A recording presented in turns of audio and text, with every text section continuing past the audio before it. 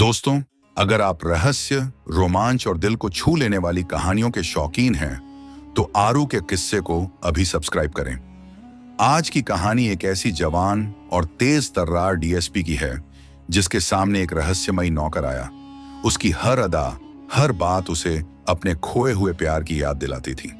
एक तूफानी रात को, आधी रात के सन्नाटे में, उसने नौकर को अपने कमरे में बुलाया, और जो हुआ वो हर किसी के नसीब में नहीं होता। आखिर इस नौकर में ऐसा क्या था कि डीएसपी उसकी हर ख्वाहिश पूरी करने को मजबूर हो गई? इस गहरे राज को जानने के लिए कहानी को अंत तक जरूर देखें और आरू के किस्से को सब्सक्राइब करना न भूलें। भोपाल के बाहरी इलाके में, जहां सड़कें संकरी और हवेलियां पुरानी थीं, वहां एक छोटा सा बंगला खड़ा था। इसके आंगन में सूखा सा फव्वारा, दीवारों पर लटकी बेलें और पुराने लकड़ी के झूलों की चरमराहट इस घर की तन्हाई को बयां करती थी। इस बंगले में रहती थीं डीएसपी काव्या शर्मा। सिर्फ 24 साल की उम्र में अपनी तेज बुद्धि, सख्त मिजाजी और इंसाफ की आग के लिए जानी जाती थी। उनकी गहरी काली आंखों में एक चमक थी और चेहरे पर ऐसी रौनक कि लोग पल भर को ठहर जाएं। मगर 2 साल पहले एक हाई प्रोफाइल मिशन में उनके मंगेतर, सीआईडी ऑफिसर राघव मेहरा की मौत ने उनकी जिंदगी की रंगत छीन ली। राघव की यादें काव्या के दिल में बसी थीं, और वो इस बंगले में सिर्फ इसलिए रहती थीं क्योंकि हर कोने में उनकी साझा हंसी और प्यार की गूंज थी। काव्या रोज सुबह अपनी वर्दी पहनकर थाने निकलती, दिन भर अपराधियों के पीछे दौड़ती, फाइलों में उलझी रहती और देर रात थक कर घर लौटती। मगर जैसे ही बंगले का भारी दरवाजा खोलती, सन्नाटा उनके दिल पर बोझ बनकर बैठ जाता। एक शाम जब वो खिड़की के पास खड़ी बारिश की बूंदों को देख रही थीं, उनकी सहेली इंस्पेक्टर मेघना राठौर मिलने आई। चाय की चुस्कियों के बीच मेघना ने संजीदगी से कहा, काव्या, तू इस सुनसान बंगले में अकेले क्यों रहती है? एक नौकर रख ले, घर का काम संभल जाएगा और तुझे ये तन्हाई कम खाएगी। काव्या ने पहले तो मना किया, लेकिन मेघना के बार बार जोर देने पर आखिरकार मान गई।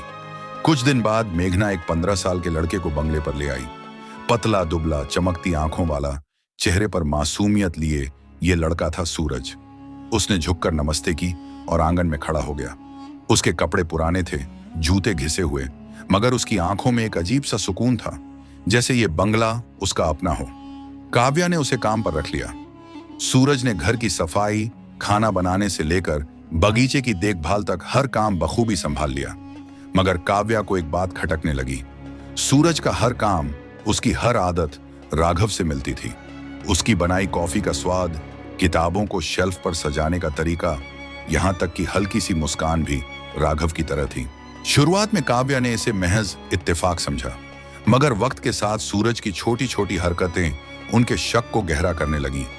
एक रात काव्या अपनी डायरी में कुछ लिख रही थी। अगली सुबह डायरी उसी पन्ने पर खुली मिली, जैसे कोई रात में उसे पड़ गया हो। उनके मन में सवाल उमड़ने लगे, ये सूरज है कौन? क्या ये वाकई एक आम नौकर है, या इसके पीछे कोई बड़ा राज छुपा है? एक तूफानी रात थी, बिजली गुल हो चुकी थी और बारिश की बौछारें खिड़कियों पर जोर जोर से टकरा रही थीं।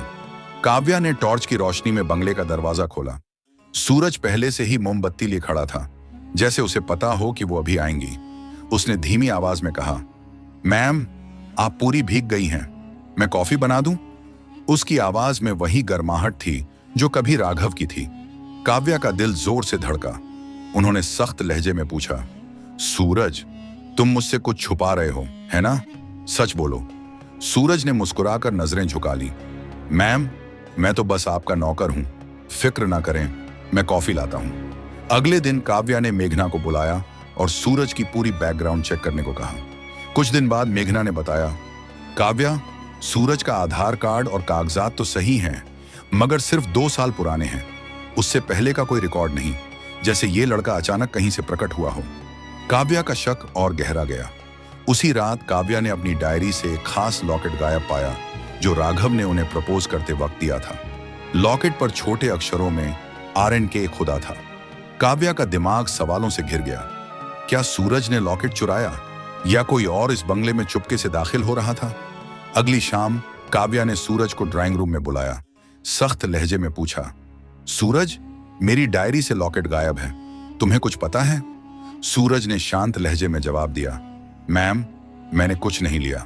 अगर कोई चीज गायब है तो मैं ढूंढने में मदद करूंगा। उसकी आवाज में सच्चाई थी, मगर काव्या का शक कम नहीं हुआ। तभी उनके फोन पर एक अनजान नंबर से मैसेज आया, काव्या, सूरज को छोड़ दो वरना तुम्हारी जिंदगी खतरे में पड़ जाएगी। काव्या का चेहरा पीला पड़ गया। यह साफ साफ धमकी थी और इसमें सूरज का नाम था। काव्या ने तुरंत मेघना को मैसेज दिखाया। मेघना ने गंभीरता से कहा, काव्या, यह मामला खतरनाक है। मैं एक टीम भेजती हूं, तुम सूरज पर कड़ी नजर रखो। अगले दिन काव्या ने सूरज को बगीचे में पौधों को पानी देते देखा। उसके बाएं हाथ में एक लॉकेट चमक रहा था जो उनके लॉकेट से मिलता जुलता था।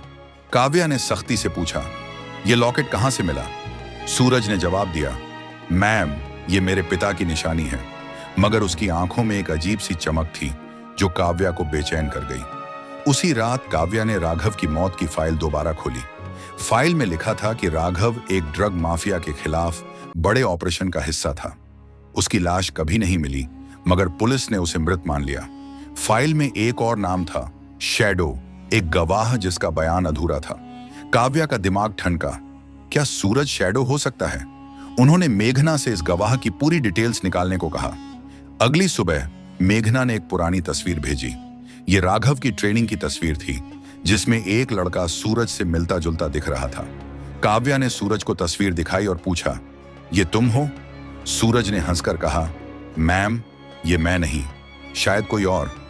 मगर उसकी आंखों में एक हल्का सा खौफ झलक गया। उसी रात एक और मैसेज आया, काव्या, शैडो को छोड़ दो वरना यह बंगला तुम्हारी कब्र बन जाएगा। काव्या ने मेघना को बुलाया और सूरज को सख्ती से पूछा, सूरज, तुम शैडो हो, है ना? और राघव से तुम्हारा क्या रिश्ता है? सूरज ने एक पल चुप्पी साधी, फिर बोला, मैम, मुझे आपके साथ चलना होगा, सच्चाई आपको दिखानी होगी। सूरज काव्या को बंगले के पुराने तहखाने में ले गया। वहां धूल भरा एक पुराना बक्सा रखा था। सूरज ने कहा, इसे खोलिए, पासवर्ड है आपकी और राघव की पहली मुलाकात की तारीख। काव्या ने कांपते हाथों से पासवर्ड डाला, 2-3-4-8-9। बक्सा खुला। अंदर राघव की डायरी थी। उसमें लिखा था कि राघव एक बड़े ड्रग और हथियार रैकेट की जांच कर रहा था जिसमें कई बड़े पुलिस वाले और बिजनेसमैन शामिल थे। आखिरी पन्ने पर लिखा था, अगर मुझे कुछ हुआ तो काव्या को बता देना कि मैं उससे हमेशा प्यार करता रहूंगा। शैडो मेरी सच्चाई बचाएगा। काव्या की आंखें नम हो गईं। उसने सूरज से पूछा, तुम शैडो हो? सूरज ने सिर हिलाया, हाँ मैम, मैं राघव का जूनियर था। उस रात गोदाम में धमाका हुआ, मैं वहां था। राघव ने मुझे अपनी सच्चाई बचाने को कहा। मैं आपके पास इसलिए आया ताकि आप सुरक्षित रहें। तभी तहखाने के बाहर शीशा टूटने की आवाज आई। काव्या और सूरज बाहर निकले। बगीचे में एक काले हुड वाला शख्स खड़ा था, हाथ में चमकता चाकू लिए। मेघना ने पिस्तौल तान दी, मगर वो धुएं में गायब हो गया। सूरज ने कहा, मैम, ये वही लोग हैं जिन्होंने राघव को मारा। वो अब आपके पीछे हैं। अगली रात एक और मैसेज आया, काव्या, पुराने गोदाम पर रात 1 बजे अकेले आओ। काव्या ने मेघना को सारी बात बताई और सख्त हिदायत दी, मेघना, तुम और तुम्हारी टीम गोदाम के आसपास छुपकर नजर रखना, मेरे सिग्नल का इंतजार करना। रात 12:45 पर काव्या और सूरज गोदाम पहुंचे। बारिश की बूंदें उनके चेहरों पर पड़ रही थीं। गोदाम का सन्नाटा सांसों में गूंज रहा था। काव्या की सर्विस रिवॉल्वर कमर में थी और सूरज के पास एक छोटा चाकू। गोदाम के अंदर एक टिमटिमाती लालटेन की रोशनी थी। एक मास्क वाला शख्स सामने आया जिसके पास एक डिवाइस थी। उसने कहा, राघव ने हमारा डाटा चुराया था, ड्रग्स, हथियार और हमारे सारे इंपेशंस। अब तुम उसी रास्ते पर हो। काव्या का खून खौल उठा। सूरज ने अचानक चाकू फेंका जो मास्क वाले के हाथ में लगा। डिवाइस जमीन पर गिरा। मेघना की टीम ने छापा मारा और गोलीबारी के बीच मास्क वाले के साथी पकड़े गए। काव्या ने मास्क उतारा। सामने था रिटायर्ड डीआईजी अखिलेश वर्मा, राघव का पुराना सीनियर। उसने हंसते हुए कहा, काव्या, तुम और राघव दोनों जिद्दी थे। मैंने उसे चेतावनी दी थी लेकिन वो नहीं माना। तभी सूरज ने जेब से एक पेंडेंट निकाला, वही जो काव्या ने राघव को उनकी पहली सालगिरह पर दिया था। काव्या की सांस थम गई। सूरज, तुम राघव हो? सूरज ने सिर हिलाया। हाँ काव्या, मैं राघव हूं। उस रात मैं बच गया था, मगर जानता था कि अगर मैं सामने आया तो वो तुम्हें निशाना बनाएंगे। इसलिए मैं सूरज बनकर तुम्हारे पास आया। काव्या की आंखों से आंसू छलक पड़े। उसने राघव को गले लगाया। तुमने मुझे अकेला क्यों छोड़ा?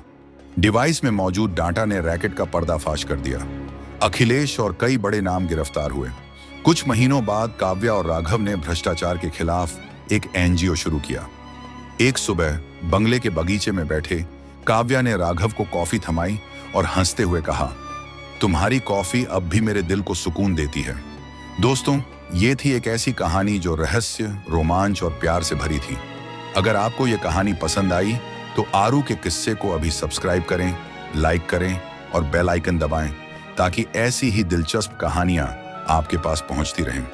कमेंट में बताएं इस कहानी का कौन सा ट्विस्ट आपको सबसे ज्यादा रोमांचक लगा। फिर मिलते हैं एक नई कहानी के साथ। तब तक आरू के किस्से के साथ बने रहें।